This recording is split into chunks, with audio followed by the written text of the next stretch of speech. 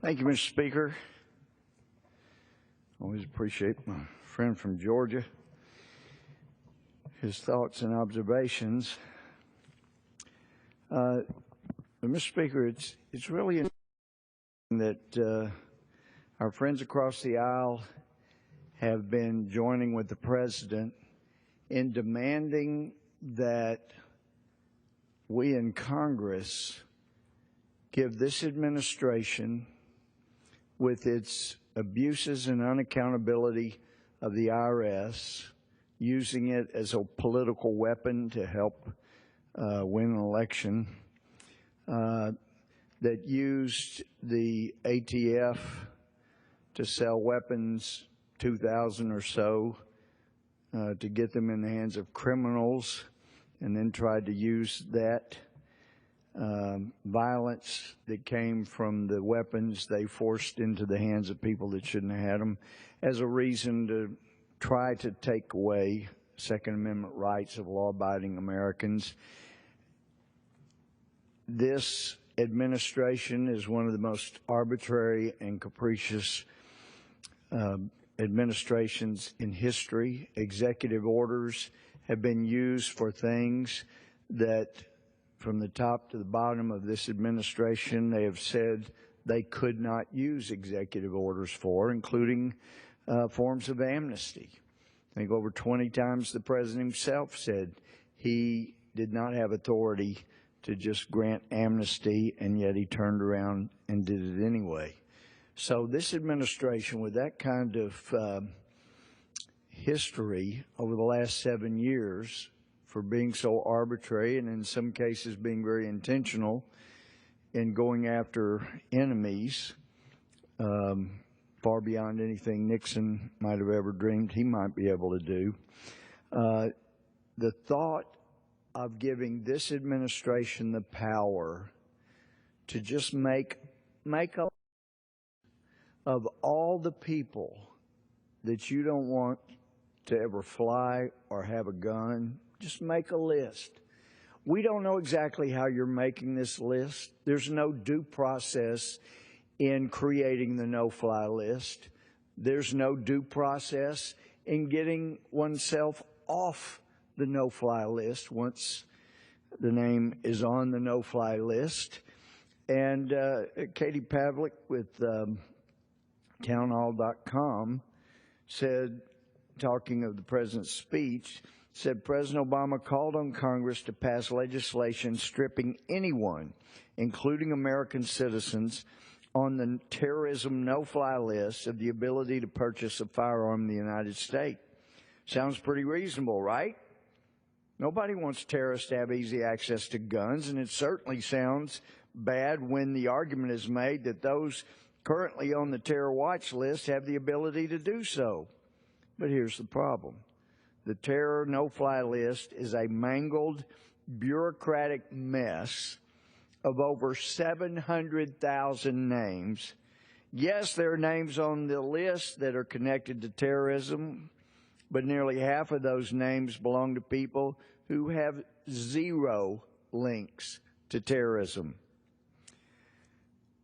Further down, she said that list, which contained 47,000 names at the end of George W. Bush's presidency, has grown to nearly 700,000 people on President Obama's watch. The fact that they are names, not identities, has led to misidentifications and confusion, ensnaring many innocent people. But surely those names are there for good reason, right?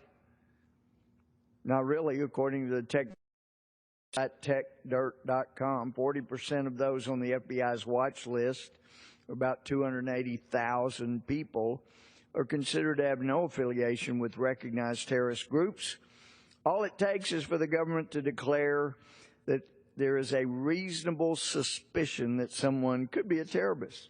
There's no hard evidence required, and the standard is notoriously vague and elastic. So who ends up on the list? Who shouldn't, and why? Take, for example, Weekly Standard senior writer and Fox News contributor Steve Hayes who was put on the no-fly list after a cruise. Stephen Hayes, a senior writer at the Weekly Standard, was informed Tuesday that he had been placed on the department's Homeland Security terrorist watch list. Hayes, who spoke to Politico by phone on Tuesday, suspects the decision stems from U.S. concerns over Syria. Hayes and his wife recently booked a one-way trip to Istanbul for a cruise and returned to the U.S. a few weeks later via Athens. But the trouble is, nobody can say for sure why they're on the list, why they're not on the list, why they should not be on the list. Article says, but travel to certain regions isn't the only way you can get put on the list without due process. Anyway, The Intercept published a 166-page document outlining the government's guidelines for placing people on an expansive network of terror watch lists. And I just can't help but say, Mr. Speaker, it is hard to fathom that once the wonderful American people think about what the president's proposing, they're going to realize you can't trust this administration with your health care. You can't trust this administration to keep their promises, that if you like your health insurance policy, you can keep it, because those promises from this administration weren't true. If you like your doctor, you can keep your doctor. Wasn't true. Turns out people in the administration knew all along that it wasn't true, yet they promised people those things anyway. So there are issues of trust. We know even when we're not talking about issues of intentional misrepresentation, just mismanagement, terrible policies. Look at the rules of engagement of our military. Under President Bush, there were just over 500 precious American lives that were lost in the war in Afghanistan over 7.25 years' time.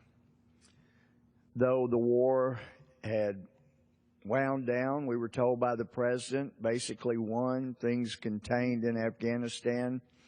Nonetheless, during this wound down war of the last less than 7 years, this president's rules of engagement have contributed, not intentionally, but the mismanagement has helped create an environment for our military members, men and women, where we have lost 3 to 4 times more lives under Commander Obama than were lost under Commander Bush in more time that Commander Bush was over the operation.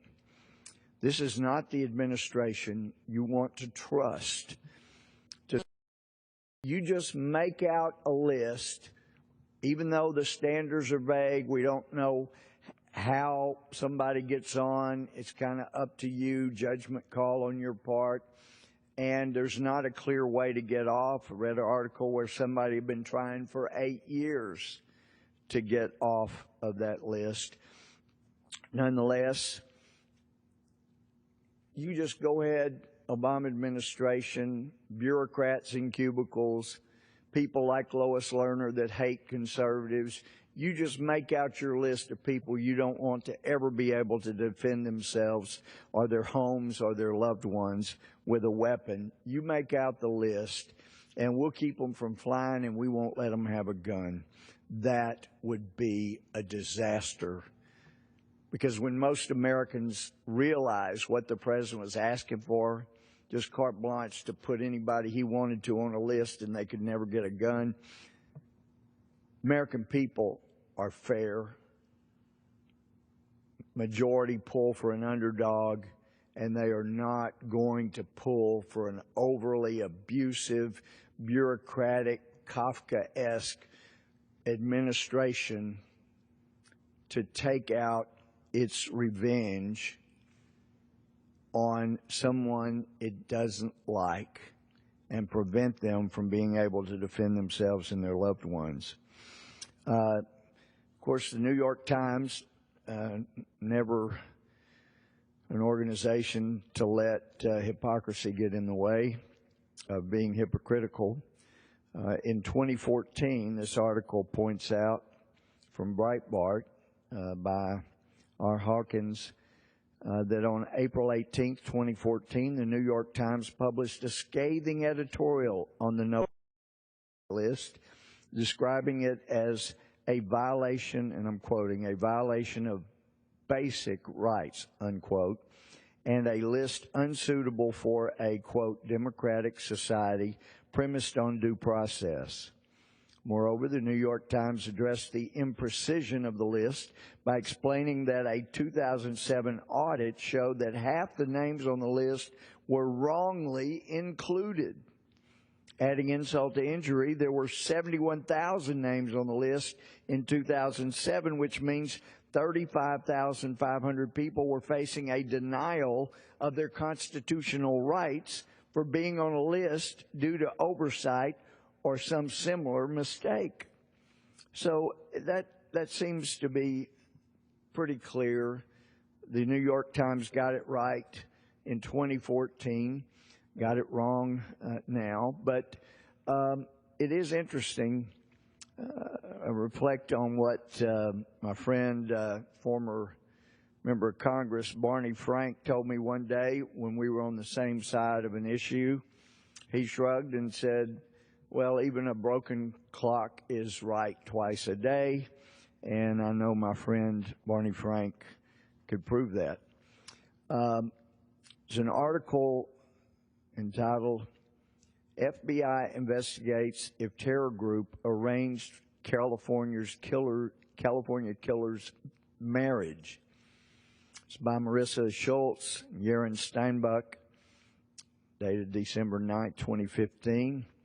Pointed out the FBI is investigating whether the online courtship of the future San Bernardino mass murderers was a match made in hell by a terror group to set in motion the radicalized duo's evil plan, Director James on Wednesday. Comey told the Senate Judiciary Committee that investigators do not yet know if a group like ISIS hatched the love and hate match between jihadists Sayed Rizwan Farouk and Tashfin Malik. Further down it says the top G-men also said that Farouk, 28, Malik, 29, were radicalized at least 2 years ago and planned their evil martyrdom scheme long before they were engaged and before she applied for a visa. The couple, who lived in a two-bedroom townhouse with their 6-month-old daughter and Farouk's mother, killed 14 people, wounded 21 during a holiday party December 2nd at the Inland Regional Center in San Bernardino. They were killed about 4 hours later in a shootout with police. Our investigation to date shows that they were radicalized before they started courting or dating each other online, and as early as the end of 2013, were talking to each other about jihad and martyrdom before they became engaged and married and were living in the U.S. A U.S. government source familiar with the shooting probe said Farouk may have been plotting an attack in the U.S. as early as 2011. That's hard to believe, Mr. Speaker, because this administration was doing all these things, reaching out, not helping Christians who are being persecuted in greater numbers than ever in the history of the world. No, not reaching out to specifically help Christians and Jews who are the primary targets of these radical Islamists. These people who perpetrate hate crimes that this administration won't even call hate crimes. This administration that every time it seems that they reach out overseas, or even, for heaven's sake, with our NASA space program, the president is directing that we got to protect Muslims above all other things. This same administration who appointed an Attorney General who, after this mass Bernardino, has the Attorney General come out And while others, local police, other good, clear-thinking people are saying, if you see something, say something, Attorney General Lynch goes out after knowing that neighbors saw suspicious activity by these, what they knew to be Muslims apparently, in the garage, lots of packages, but they were afraid of saying something because it was politically incorrect. And now, Mr. Speaker, it's been made clear by the Attorney General that if you are a neighbor in the position like those of Farouk and Malik, and you see something you think is suspicious that someone with an Islamic background is doing, and you call that in, our Attorney General just may, according to what she said, decide not to go after the Islamic terrorists, but to come after you for being a bigot and for showing bias or prejudice. I can't imagine a more ridiculous thing to say after radical jihadists kill Christians, Jews. Yes, apparently there was at least one Muslim shot, but the killing occurred because of the hate for Christians and Jews and the desire to create terror in the hearts of infidels. So no Muslim was actually targeted by these radical Islamists. They were collateral damage. They should never have been shot. Anybody that had anything to do with shooting of a Muslim or Christian or Jew or atheist or Buddhist or anything else should be brought not just to justice, but when it's an act of war like this, they ought to be taken out. And the Attorney General, on the other hand, in the immediate aftermath of this bloody massacre, tragic at a Christmas party, threatens American citizens. If you become, in effect, is what she's saying, not the words, but in effect she's saying, you become suspicious of people who are acting in the same way that you've seen on television or in the news, acting as radical Islamists, and you report that, we'll come after you because you're showing bigotry and prejudice. So on the one hand, if you see something, say something, but if it's about a Muslim, then there's a good chance we'll come after you, not. There's a report from CNN's Zachary Cohen, Amnesty report, ISIS is armed with U.S. weapons. This is dated today. A new report from a prominent human rights group has found that ISIS has built a substantial arsenal, including U.S.-made weapons obtained from the Iraqi army and Syrian opposition groups.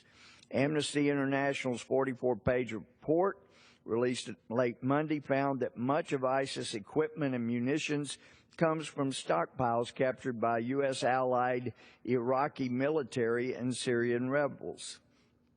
Further down, after analyzing thousands of videos and images taken in Iraq and Syria, Amnesty determined that a large proportion of ISIS' current military arsenal is made up of, quote, weapons and equipment looted, captured, or illicitly traded from poorly secured Iraqi military stocks. And we saw over and over, Mr. Speaker, that this administration had this ridiculous idea way too late after there were vetted moderate Syrian rebels that we could have helped. It decides to get involved, and over and over and over, they sent heavy equipment, heavy weapons to these so-called vetted moderate Syrian rebels who said they feel a lot closer to those members of ISIS than they do the United States. And lo and behold, those heavy weapons that are being used to kill the Kurds, the courageous Kurds that are fighting them, they're using United States military weapons. To this administration's credit, got to give it to them. There were a period about 4 or 5 months where, because the weapons they kept sending to the Syrians kept ending up in ISIS hands, they decided to hold up shipping them more weapons because we just were equipping ISIS. But for some ridiculous, unknown, has to be ridiculous, this administration began sending weapons back again, and as far as I know, they're still doing so. I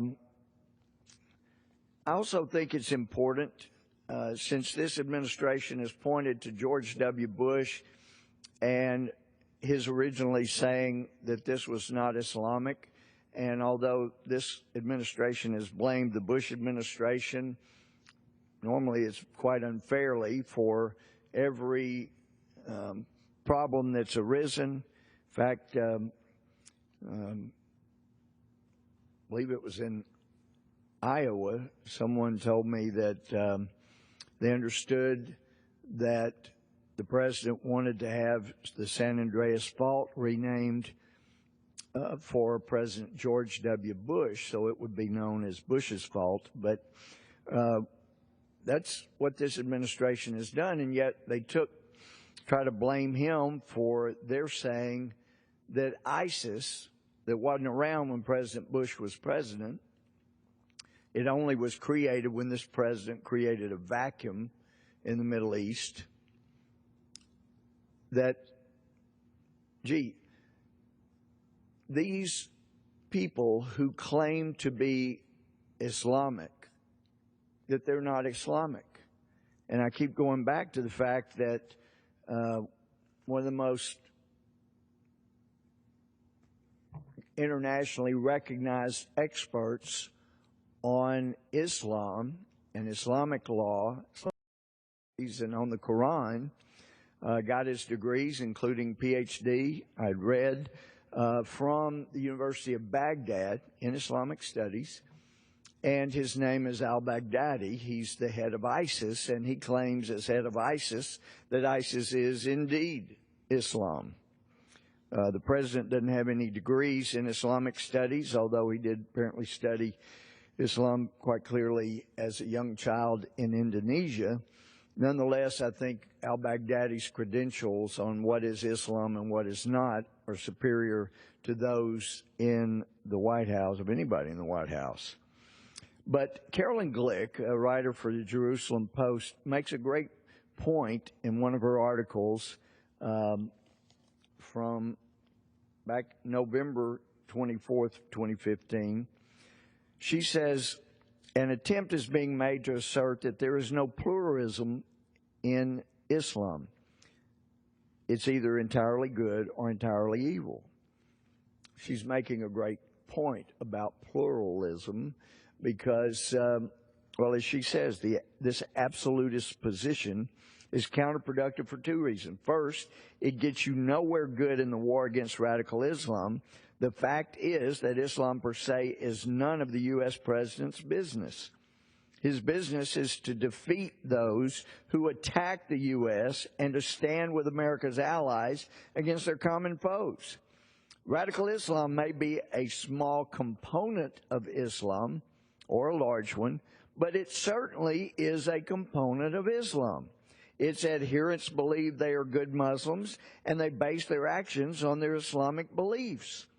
American politicians, warfighters, and policymakers need to identify that form of Islam and base their strategies for fighting the radical Islamic forces on its teachings.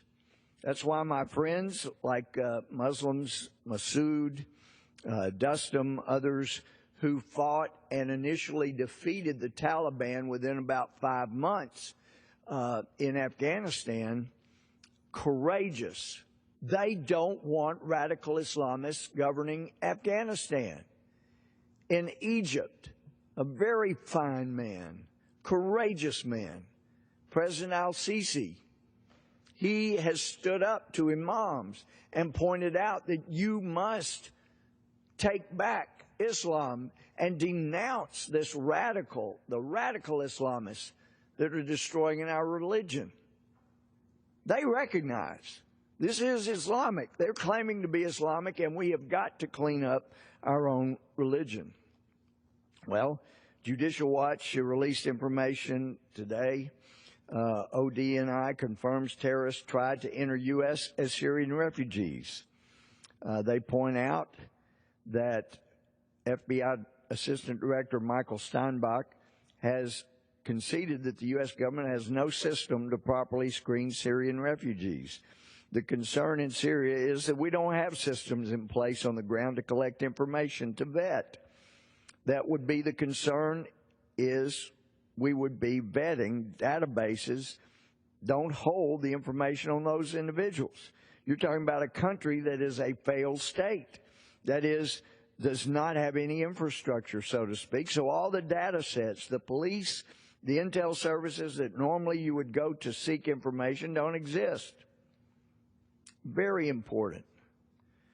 Now, I know that some people are trying to say that Donald Trump, and I did not endorse Ted Cruz for president, but they're trying to vilify Trump because he perhaps overstated, but he's made clear we need a pause until we figure out our policy. Yet Huma Abedin, wife of Anthony Weiner, our former colleague here, that she was denouncing Trump and says Trump wants to literally write racism into our law books. His homophobia doesn't reflect our nation's values. It goes far enough to damage our country's reputation and could even threaten our national security. Mr. Speaker, I pointed out yesterday this information that we obtained after letters were sent to departments just mentioning a couple of facts about her family. And then we find out that she has these direct ties to Abdullah Omar Nassif, who had ties to Osama bin Laden, and really serious issues, not just through her mother that started the Muslim Sisterhood, her father, her late father, deceased for many years now, but who was a prominent member of the Muslim Brotherhood, brother who had ties, but she had ties herself, and to Nassif and others. And when you find out the contacts that she herself, close personal ties she had, you wonder how in the world could a person like this be attached to at the time, First Lady Hillary Clinton, in the Clinton years, in the Clinton White House. How could that happen? And then, of course, over the years, she's become ingratiated to Hillary Clinton, been her closest confidant. Not much of anything happens, as we found from the emails, without Huma Abedin Weiner being in the middle of it. Wow. Then I just want to point out something else that has come out in recent years. And I'll just read this. I don't normally, I don't espouse that Wikipedia is all that reliable, but here's what they say about Abdul Rahman al-Amoudi, that he is an American former Muslim activist known for founding the American Muslim Council. He was born in Eritrea, raised in Yemen, immigrated to the U.S. He formed the council. The aim was to inform and influence both Republicans and Democrats. In 1998, al-Amoudi was involved with the selection of Muslim chaplains for the U.S. military, and acted as a consultant to the Pentagon for over a decade. During this time, al-Amoudi served as an Islamic advisor to President Bill Clinton and a fundraiser for both the Republican and Democratic parties. More recently, Al-Moody worked with leading conservatives such as Grover Norquist, president of Americans for Tax Reform. Al-Moody became a U.S. citizen in 1996. Al-Moody and other Muslim leaders met with then presidential candidate George W. Bush in Austin in July of 2000, offering to support his bid for the White House in exchange for Bush's commitment to repeal anti-terrorist laws. He even spoke at a service for the victims of 9/11. He's now doing 23 years in prison for supporting terrorism. He was helping the Clinton administration find people for different jobs. I'm trying to find out, Mr. Speaker, could he have had anything to do before he went to prison with placing Huma Abedin as an intern with Hillary Clinton? Mr. Speaker, I can't get an